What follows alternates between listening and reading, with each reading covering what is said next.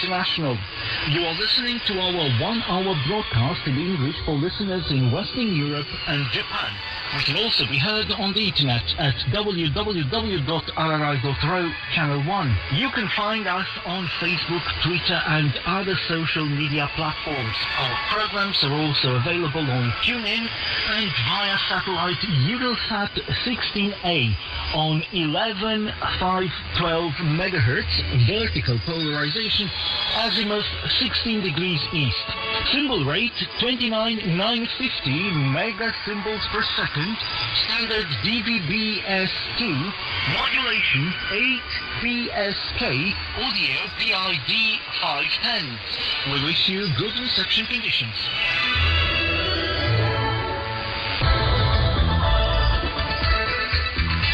Hello, I'm your host, Elena Inake, bringing you the news. First, the headlines.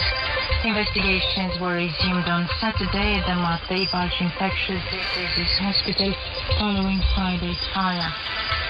A second batch of over 21,000 doses of Moderna vaccine were delivered to Romania on Saturday.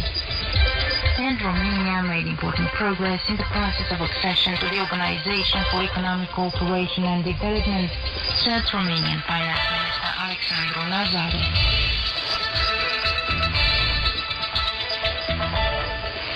Another patient among the ones who had been transferred from the Matei Infectious Diseases Hospital following Friday's fire has died, bringing the death toll to 6, the Romanian Health Ministry announced. Investigations are underway at the Matei Hospital, where several wards have been completely destroyed by fire. Members of the hospital's medical staff are being hurt by the police. Over 100 patients have been transferred to other medical units. Representatives of the hospital say that the medical unit has all licenses and approvals needed for functioning, and that they will support the ongoing investigation. The healthcare system must be reformed, and investment is needed in medical infrastructure so that such tragedy never happens again, President Klaus Iohannis and Prime Minister Florin Câțu have said. The Social Democrats in the opposition say it is outrageous that the government has done nothing to prevent such tragic events. After last year, the fire at the ICU of the emergency hospital in Piatra Neamț killed 10 patients. A second batch of over 21,000 doses of Moderna vaccine were delivered to Romania on Saturday, according to the Committee for the Coordination of Activities on Vaccination Against COVID-19. The doses will be distributed to vaccination centers across the country. Romania currently uses the Pfizer-BioNTech vaccine. Authorities say that the vaccines are similar and their efficiency rate is quite the same, 95% for Pfizer and 94.1% for Moderna. Both are based on the ARN messenger technology. According to Health Minister Vlad Voiculescu, Romania has fewer doses than needed, for which reason some categories of people have been rescheduled for the first dose of the vaccine. Almost 650,000 people have been vaccinated in Romania so far. Another 2,700 new infections were reported in Romania on Saturday out of 31,000 tests, and 68 people died. Romania has made important progress in the process of accession to the Organization for Economic Cooperation and Development and continues to count on the support of France, Finance Minister Alexandru Nazare has said. On Friday, in a conference call with his French counterpart Bruno Le Maire, he discussed about perspectives for the European economy in 2021. The French official has accepted the invitation of Minister Nazare to pay a working visit to Bucharest when the epidemiological situation allows it. The European Medicines Agency on Friday approved the anti-COVID-19 vaccine produced by the British-Swedish company AstraZeneca, the third vaccine green-lighted for use in the European Union. The vaccine was approved for people over the age of 18. The company has been at the center of a dispute over the speed of supplies, which disrupted national vaccination campaigns in a number of counties. In order to make sure that vaccines are distributed in keeping with the contract, the EU has decided to introduce a control mechanism of exports for the vaccines produced in the member states. On the other hand, a number of European countries, such as France, Germany, and the Czech Republic, have announced tougher restrictions at their borders over worries generated by the new variants of COVID-19. Germany has banned, as of Saturday, the access to its territory of most visitors from the UK, Ireland, Portugal, Brazil, and South Africa.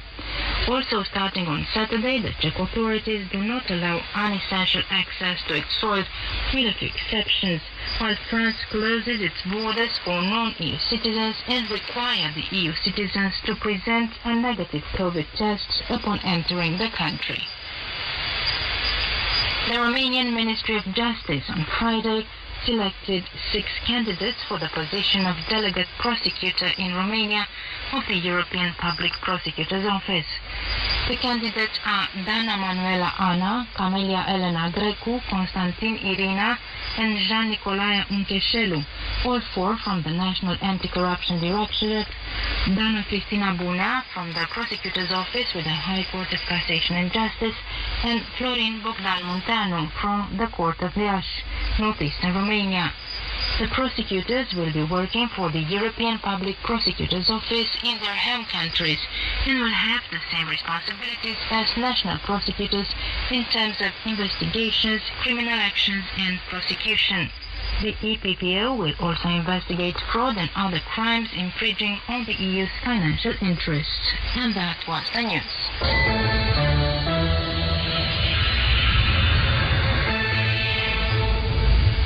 Coming up next, The Week in Review.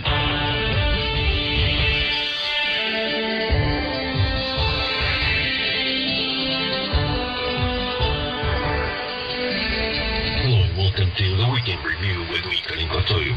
Romanian authorities hope that they would receive the 3 million doses of COVID vaccine they contracted for this period by the end of May, and that by September 10 million Romanians would be immunized. Until then, however, they decided that over 35,000 people in jobs considered essential, scheduled these days to be vaccinated with the initial dose, would be rescheduled 10 days after their initial appointment. This happens because last week Romania received only half of the vaccine doses scheduled to be delivered, and priority in this second stage of immunization has to be given to the sick and the elderly. At the same time, the Health Ministry believes that changes are needed regarding the indices of reports with novel coronavirus infections and the volume of daily tests. Undersecretary Andreea Moldovan said that right now official data does not reflect the situation in Romania because testing is less than necessary and many positive tests are not being reported. The physician said that considering that in all European countries, and not only, the number of COVID cases is going up alarmingly, causing additional restrictions, the authorities in Romania are obligated to keep their guard up and know exactly what to do. According to the latest statistics, Romania is one of the top countries in terms of vaccination, both in Europe and the world. At the same time, this week Bucharest lifted a number of restrictions after registering a rate of incidence of 3 per thousand for several days in a row. As a result, restaurants, bars, movie theaters, and gaming halls will stay open as long as this rate is stable. As for the reopening of schools on February the 8th for the second semester, the authorities said they would issue a decision next week, depending on the epidemic situation. Unfortunately, the week concludes with another fire in a Romanian hospital after the November conflagration in an emergency hospital in Piatra Neamț in the northeast, which left 10 people dead. Early Friday morning, 4 rooms in the Matei Balch Infectious Disease Hospital in Bucharest, treating COVID patients, were consumed by flames.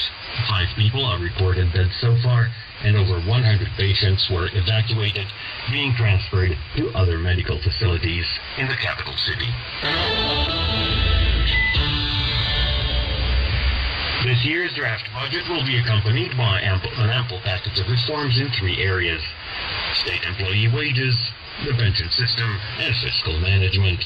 There are drafts that have to be finalized in the next 2 weeks, which will be the basis for the state budget not only this year, but the next one too, said Liberal Prime Minister Florin Câțu. Trebuie să ajungem în Parlament cu tot pachetul, nu doar buget. We have to go to Parliament with the whole package, not just the budget. We are also talking about the reform package that is the basis for this budget, and which will have an impact on the Romanian economy on medium and long term, but an impact that will be more visible in 2022. That was Prime Minister Florin Câțu. The head of the executive recalled that the budget targets stay the same, a deficit of around 7% of the GDP, and supporting an economic relaunch. Last year, the budget deficit was about 10%, which was almost double that in 2019. The opposition Social Democrats have issued their own draft budget, which they say is focused on health, education, relaunching the economy, and raising the living standard. Here is Social Democratic Chairman Marcel Ciolacu. This is the first time in 30 years that the opposition party comes up with an alternative draft budget. We believe that citizens have to know the alternative we bring to the austerity proposed by the ruling party. Today we submit to public debate concrete solutions to increase the living standard of citizens. This week, protests were held in Bucharest and other Romanian cities. The members of the Sanitary Solidarity Federation held rallies and picketed several ministries, angry that the government doesn't increase salaries for all healthcare employees after a year when they were on the front lines of the fight against COVID-19. Unionists with Cartel Alpha also continued union action started on January the 14th, angry at small wages and pensions. Police employees also took to the streets in several cities, criticizing the government for freezing salaries and threatened work stoppage. On top of that, there were protests by retirees who believe that 3% pension adjustments was a humiliation. On the other side, the Labor Ministry had initiated a process of recalculating pensions. The last recalculation of pensions in Romania was between 2005 and 2010. You have been listening to The Weekend Review.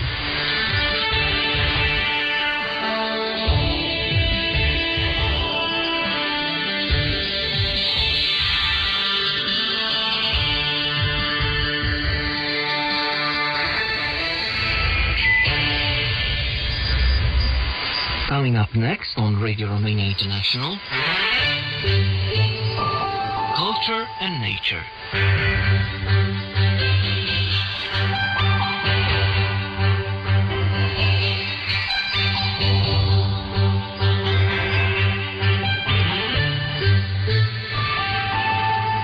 Welcome, I'm Mihaela Ignatescu. Until the end of May, a new exhibition welcomes the visitors, real or virtual, of the National Museum of History of Romania. The exhibition is titled Fragment the Experience of Restoration, an invitation to discover the secrets behind a collector's item in the museum, a foray into the fascinating and delicate world of restoration. We talked about this unique proposal for the public with one of the members of the Metal Restoration Laboratory of the museum, the coordinator of the exhibition team, Bogdan Dumitru Mladi. Expoziția Fragment, experiența restaurării. The exhibition Fragment, the Restoration Experience, presents to the public the restoration profession as it has not been shown before. We wanted the general public to understand what is happening behind the exhibited pieces, and we organized, together with colleagues from the restoration section, an exhibition dedicated to this profession. I say it's a profession because restoration involves, in addition to the craft itself, the manual labor, also knowledge in various fields such as physics, chemistry, biology, and so on. The presentation of this exhibition was very important. We wanted to make it as attractive as possible for the general public, and especially for the young. The restoration profession is a very rare one, and so one purpose of this exhibition was also to attract young audiences. The National Museum of History of Romania was founded in 1970 and is the most important archaeological and historical museum in the country. The restoration section is dedicated to the restoration and conservation of organic cultural goods and those made of ceramics and metal. Its main purpose is the long-term protection of artifacts, the preservation of heritage according to the highest standards of research innovation in terms of methods of restoration and promotion of tangible assets. These things can be seen in the exhibition Fragments the Restoration Experience, as restorer Bogdan Latin told us. Expoziția este împărțită în două mari zone. The exhibition is divided into two major areas, one of them being the laboratory area. The restoration section of the National Museum of History of Romania has 6 restoration labs: the metal, wood, ceramics, painting, textiles, and old books. We also have the second area of the exhibition where the pieces as such are exhibited. The public will be able to see the entire range of objects. And, as a surprise, we also brought some contemporary artists who made some works of art inspired by the title of the exhibition and the pieces in the museum. We have as a novelty new display systems. We wanted to go a little out of the classic display pattern. To make it easier for the public to understand what restoration means or what the restorer does, we could make a parallel, and it's not wrong at all, with medicine. What a doctor does for the human body, for a person, so do we restorers for objects. We are doctors of objects. The object comes mostly from archaeological sites, from storage facilities or private collections. Each of these objects suffers from a disease, and for each of them we have a particular treatment. We have objects from paintings to cars. We have, for instance, the first car registered in Bucharest. You must have a penchant for beauty, and from here you must develop your passion for other areas in order to understand all the factors that influence the object during its life. In the wood lab we have furniture, in particular icons.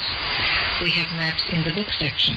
At the textile lab, colleagues brought to the exhibition some very important pieces, such as the liturgical banner of Stephen the Great, a special piece restored in our museum, one of the gala dresses of Queen Mary. In the painting laboratory we have paintings signed by Lucian, by Tonica, very, very important paintings from the museum's collection.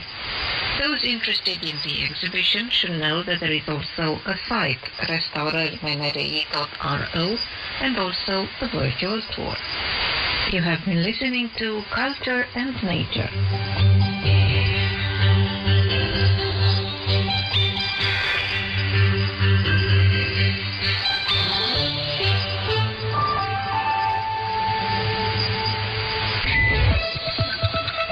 You are listening to Radio Romania International. Focus on Romania.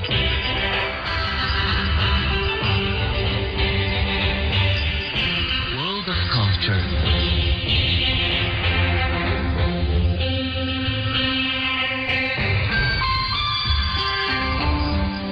Welcome to World of Culture with me, Eugen Nostan. Romanian theatre has been seriously affected by the restrictions imposed during the pandemic, so much so that it had to find alternative ways to reach out to the usual stage audience. Performances could no longer be held outdoors, so the online environment was the support that enabled theatre lovers to watch the actors on stage. The day of September the 21st, 2020, at 20:30 Bucharest time, it was another turning point in Romanian theatre's activity. We're speaking about the moment of the Unitar Gala's 28th edition. Initially scheduled for the spring of 2020, the event was postponed until the autumn equinox. In 2020, the Unitar Gala was held in the southern Romanian city of Craiova. It marked 170 years since the Marin Sorescu Theatre had been founded in Craiova, and was venued by the Outdoor Summer Theatre in Craiova's Nicolae Romanescu Park. Radio Romania's Culture Channel offered a live broadcast of the gala, which could also be followed online at www.tvr.ro and www.uniter.ro. The main organizer and initiator of the gala was the National Union of Romanian Theatres, UNITER. It is a professional, apolitical, non-governmental and non-profit organization which was set up through the Free Association of Creators in the field of Romanian theatre. It was established in February 1990. So in 2020, UNITER celebrated its 3 decades of existence. Since September the 10th, 2020, UNITER has launched the video promotion of the artists who are nominated for the awards. Of course, several nominations were made based on the previous year's achievements, according to the regulations.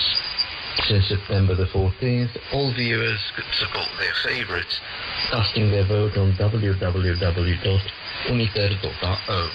It may have been the venue of the event, or the restrictions that have been imposed in 2020. In other words, it was the triumph of creativity over fear. All that put together bestowed a special power on the UNITER Gala in 2020. With the details on that, here is theatre critic and UNITER member Oana Crista Grigorescu. Galele UNITER au reușit să schimbe ceva, să disloce. The UNITER galas have succeeded to change something. They have rooted out that kind of conservatism in the way the gala has been organized in the last 20 years.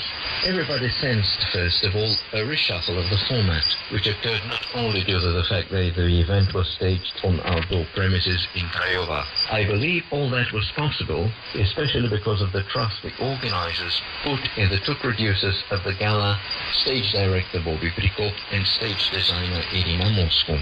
An entire team backed them, and everybody sensed the life-giving wind for this event.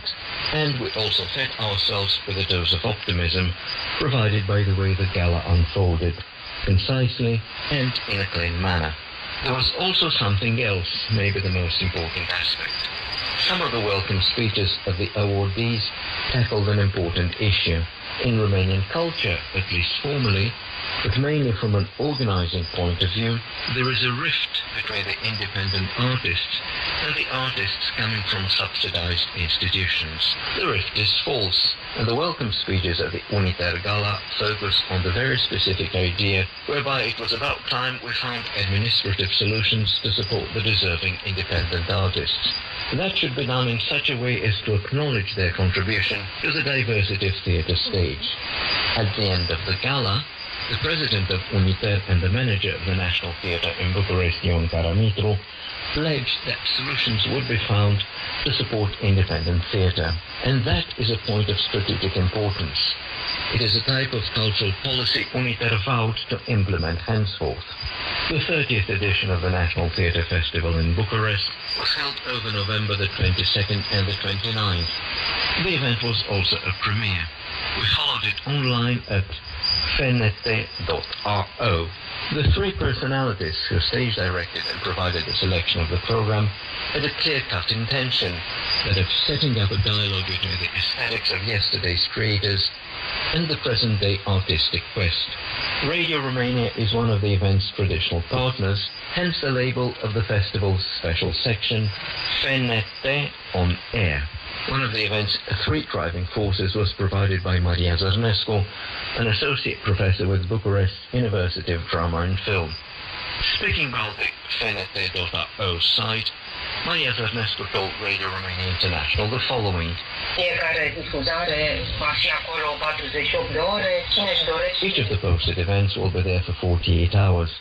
They will be available for revisiting if somebody so wishes. It is, so to speak, crowded, since we wanted to revisit the festival's past. It's 3 decades, that is, and we sometimes discovered remarkable acting recitals, and that in close connection with the actor, stage, director, playwright, three-way relationship. When the stuff we discovered was shorter, we put all that together in a special section labeled The Great Actor's Art. The section lays emphasis on actors who are very popular with the Romanian audience, yet all the creators involved in the artistic pursuit are no less important. There were, of course, noteworthy international guest performances presented as part of the FNT, Festivalul Național de Teatru, the National Theatre Festival in Bucharest. Added to that were the pandemic productions such as Zoom Birthday Party, based on a text by Saviana Stănescu, directed by Beth Miles from the United States of America, or Pool No Water by Mark Ravenhill, a project carried by Radonica, Andu Dumitrescu, and Laiku Golcea. And that was World of Culture. This is Radio Romania International, broadcasting from Bucharest. Radio Romania International Encyclopedia.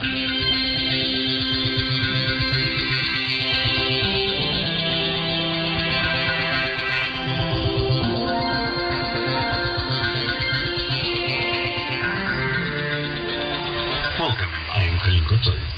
On January the 24th, 1859, the principalities of Wallachia and Moldavia united, laying the groundwork for the unity of a future Romania. What we read in history books nowadays may lead us to believe that the union was a granted fact. Historians beg to differ, though. The process was laborious, with huge amounts of uncertainty.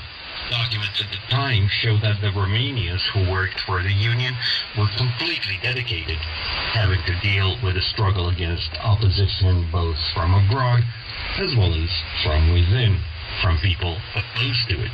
The Unionists eventually prevailed, and their victory was thanks to not only men, but also women.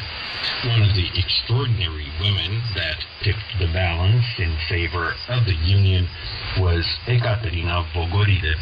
Historian Alin Ciupala is a professor with Bucharest University and author of the book Women in Romanian Society in the 19th Century. Ciupala told us that Romanian women in high society in the 19th century had a big role to play in the birth of modern Romania. Nu doar cum în epoca unirii, în epoca pregătirii unirii principatelor, le regăsim pe doamnele din... In the era of preparation for the Grand Union, we have to put the spotlight on the women in high circles of society. Even in the 1848 era, we have to state very clearly that the revolution in both principalities was brewed in the literary salons kept by the ladies in high society, which were a smokescreen for the preparations to enact the revolution. Poet Vasile Alexandri would, 2 decades later, dedicate quite a few pages to the role that women had in supporting the 1848 revolution. The great European powers came to take into consideration the possible union of Wallachia and Moldavia only after the Crimean War of 1853-1856. To this end, the supporters of the Union, led by France, and its opponents, mainly the Ottoman Empire and Russia, asked Romanians to provide their opinion. 2 ad hoc assemblies were gathered to vote on the union of the 2 Romanian principalities. At this point, no one had any idea of how the small gesture made by Ekaterina Vogoride would have such a decisive effect on the future of Romania. She was born in 1829, the daughter of Costache Conache, descendant of an important Moldavian noble family and one of the founders of modern literature in Moldavia. In 1846, Ekaterina wed Nicolae Vogoride, himself a scion of a noble family, and the 2 had 4 children. The young noble lady had a nationalist education, and her husband had a political career that carried him to the position of Kaimakam, meaning deputy to the ruling prince. In the crucial year 1857, Nicolae Vogoride, from his high perch, was pulling the strings on behalf of the Ottoman Empire through abuse of his position. And here is Alin Ciupala with details. Ecaterina, sau Cucuța, cum îi se spunea în familie, Vogoride, va avea un rol foarte important. Ekaterina Vogoride would play a vital role at a decisive moment. That was the moment of preparing elections for naming the Moldavian representatives for the ad hoc assembly in Iași, the capital. The 1857 ad hoc assemblies in Bucharest and Iași were decisive because they had to offer Western powers in favor of the Union a strong argument based on desires of Romanians. Given that, the elections for the representatives were a major moment. If the assemblies were to be nominated, as it happened, by the Unionists, the decision was to be clear. In Moldavia, with support from the Ottoman Empire, Kaimakam Nicolae Vogoride, one of the three designated to rule Moldavia after the Peace Congress in Paris in 1856, rigged the lists of candidates for the ad hoc assembly. He simply purged the list of candidates that were known for their unionist views. And this is where our hero, Ekaterina Vogoride, wife of the Kaimakam, gets a turn of the reins. She literally absconded letters sent by the Ottoman Porte to her husband, letters with instructions on how to falsify the lists of candidates. The letters were very important because they could prove the direct meddling of the Ottoman Empire in the electoral process in Moldavia. The letters were conveyed by Ekaterina to her friends of unionist persuasion, and they got published. A diplomatic scandal erupted, and France demanded that the lists and the elections be reviewed. The courage that Ekaterina Vogoride displayed resulted in major changes in the future of the principalities, as well as in her personal life, as in 1861 she divorced her husband and moved to Italy.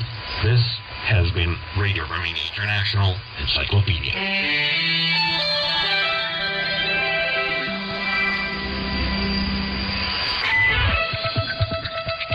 You are listening to Radio Romania International. Hello and welcome to All That Jazz with me, Elena Enake. Today I bring you songs from the repertoire of bluesmen Berti Barbera and Johnny Raducanu, double bass player Cătălin Rotaru, and jazz singers Mihai Berindei and Alexandru Sipa. The thing they have in common is the fact that besides their passion for music, they were all born in the month of January. We will start with a song performed by Berti Barbera, accompanied by the Radio Romania's big band. The song is entitled Let the Good Times Roll.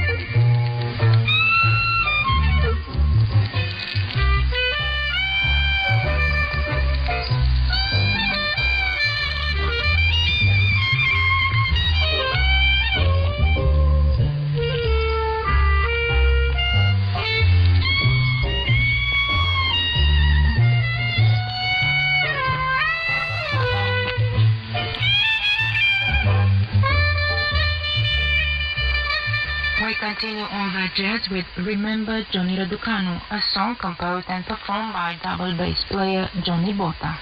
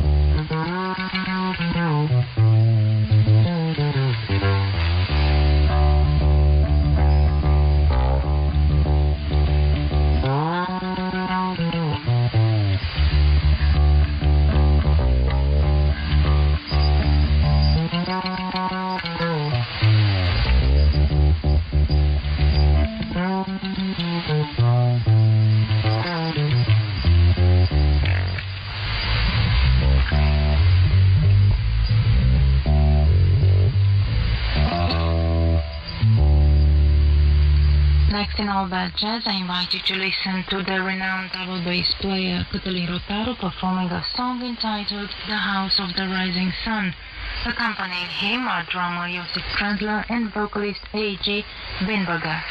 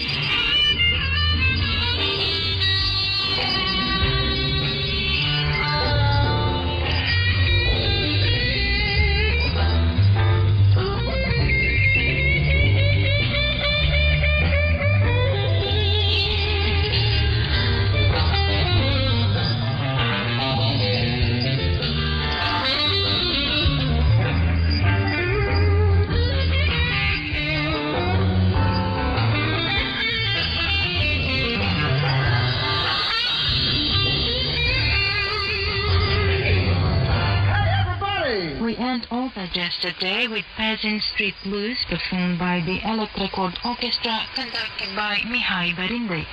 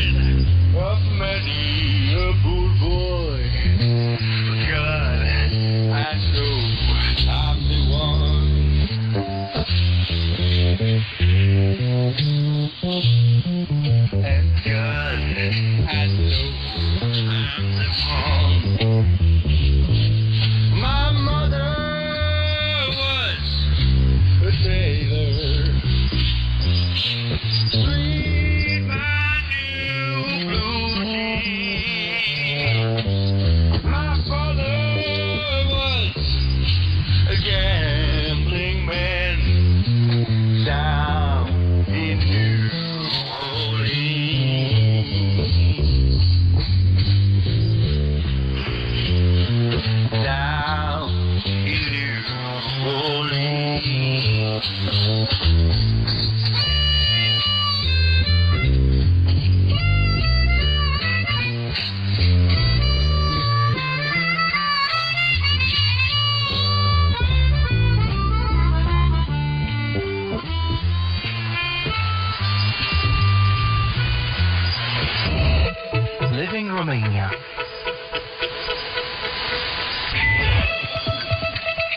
You are listening to Radio Romania International. This is Bucharest, Radio Romania International. DX Mailbag.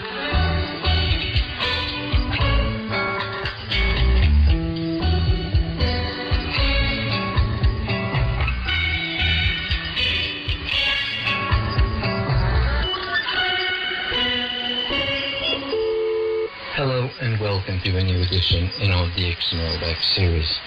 I'm your host, Eugen Master. Once again, we go on a journey around the world, greeting listeners and friends, allowing you to compare how other listeners across the continents receive our programs. The first reception report we're taking out of the DX Mailbag today is the one sent in by Siddhartha Bhattacharjee, our listener in the district of Pashkim Medinipur, West Bengal in India. Mr. Bhattacharjee tuned into our radio station on January the 18th, 2021, from 0400 to 0450 hours UTC on 11790 kHz. Mr. Siddhartha uses a communication type X-Data 808 model receiver with a loop antenna. His SIO rating for the signal of our broadcast was 4 all. For the day of January the 20th, 2021, we received a reception report sent in by Takashi Ogasawara, our listener in Tokyo, Japan. Takashi tuned into our radio station from 800 to 857 hours UTC on 9620 kHz. His SINPO rating for the signal of our broadcast was 34333. Takashi uses a Yaesu FRG receiver with an AOR antenna. The company employee based in Saitama, also in Japan, Shinichiro Mori, tuned into our radio station on 7325 kHz from 2259 to 2335 hours UTC. His SINPO rating for the signal of our broadcast was 4444 and 34232 respectively. Shinichiro uses an ICOM IC-R75 receiver with an Apex Radio 303WA passive whip antenna. We received an updated reception report from our good old friend Richard Lemke of St. Albert, Alberta in Canada. Richard heard our broadcast on 7325 kHz at 2300 hours UTC on January the 19th, 2021. Mr. Lemke uses a JRC NRD-335 HF receiver, used since 1995, with a random long wires in the trees antenna. Alan Willie of Carbonear, Newfoundland and Labrador, Canada, tuned into our radio station from January the 10th and all through to January the 17th, 2021. Alan's SINPO rating for the signal of our broadcast was 55444. Mr. Willie uses an ICOM R-75 receiver with a 600-foot, 183-meter unterminated beverage antenna to southwest at 135 degrees. We're now happy to acknowledge the receipt of a reception report sent in by Mr. Alan Holder, who lives in Cowes, Isle of Wight, England, the United Kingdom. Alan tuned into our radio station on January the 19th, 2021, from 1800 to 1855 hours UTC on 6030 kHz. Mr. Holder's SINPO rating for the signal of our broadcast was 55544, 54544 after 1830 hours UTC. The receiving equipment is made of a Sanjian ATS 803A portable receiver with an outdoors Wellbrook ALA 1530L magnetic loop canceller antenna. Rafan Ahmed of Ayampet, the Tanjore district, Tamil Nadu in India, tuned into our radio station on 5945 kHz from 1400 to 1430 hours UTC Rafan heard the Russian broadcast of Radio Romania International on January the 22nd, 2021. Mr. Ahmed uses a Texan PL310ET receiver with an open place telescopic antenna. His simple rating for the signal of our broadcast was 53553. Mr. Rafan Ahmed also sent in a reception report to Radio Romania International's Romanian language programs, also for the day of January the 22nd, 2021. Rafan tuned into our radio station from 1430 to 1500 hours UTC on 11975 kHz. Mr. Ahmed uses a Texan PL-310ET receiver with an open place telescopic antenna. His simple rating for the signal of our broadcast was 54554. And now, for those of you who for so many years now have been tuning into our broadcast, here's an important announcement. As of January the 25th, 2021, Radio Romania International will be changing some of its shortwave frequencies.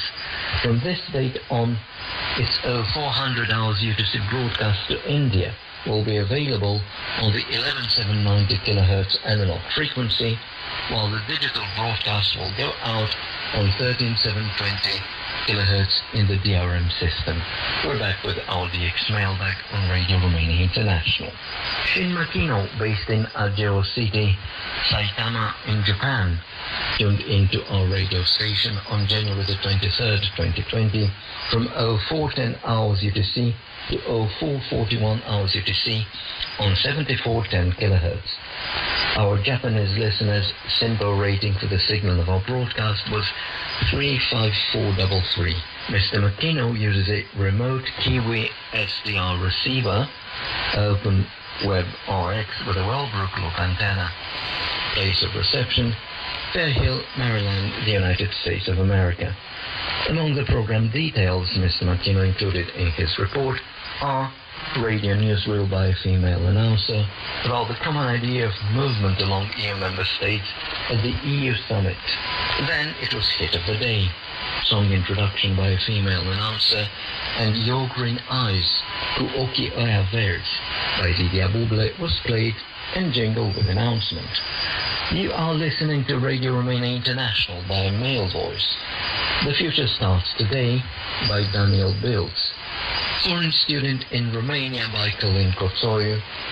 Introducing Alina Ionascu, Master Student at the Western University of Timișoara. Sports by Daniel Biltz. About this weekend's European Women's Handball competitions and the matches counting towards the 18th leg of Romania's first football league. Then it was jingle with announcement.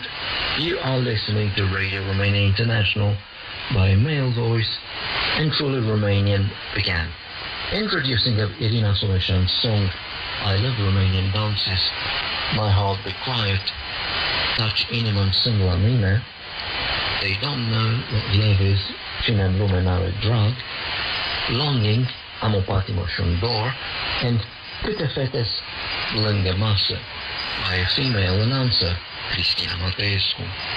The hobbyist in radio listening, Mr. Spiros Koutsidis, based in Byronas, Atiki in Greece, tuned into our radio broadcast on January the 23rd, 2021, from 2000 to 2007 hours UTC on 5990 kHz. According to Mr. Koutsidis, the signal was good, interference moderate, the noise was moderate, the propagation was moderate. The overall quality for the signal of our broadcast was rated as good. The receiving equipment is made of a Texan EL-365 receiver with a 10-meter HF Monopoly antenna. Well folks, that's all we have time for in this week's DX mailbag. Those of you who sent in their reception reports will receive a QSL card in the shortest time possible.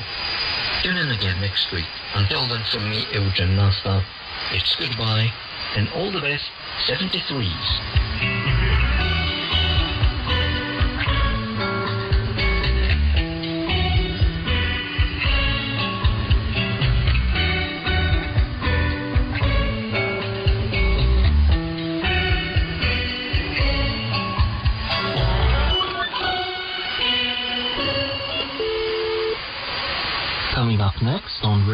Romania International.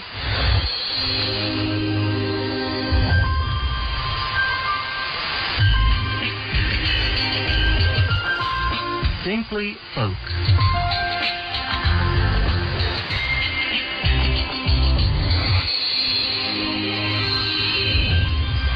Welcome to Simply Folk, I'm Eugen Nasta. Today's choice is a fine song praising the beauty of Mureș River Valley in central Romania. The performer is one of Romania's traditional music legends, Petre Sabateanu.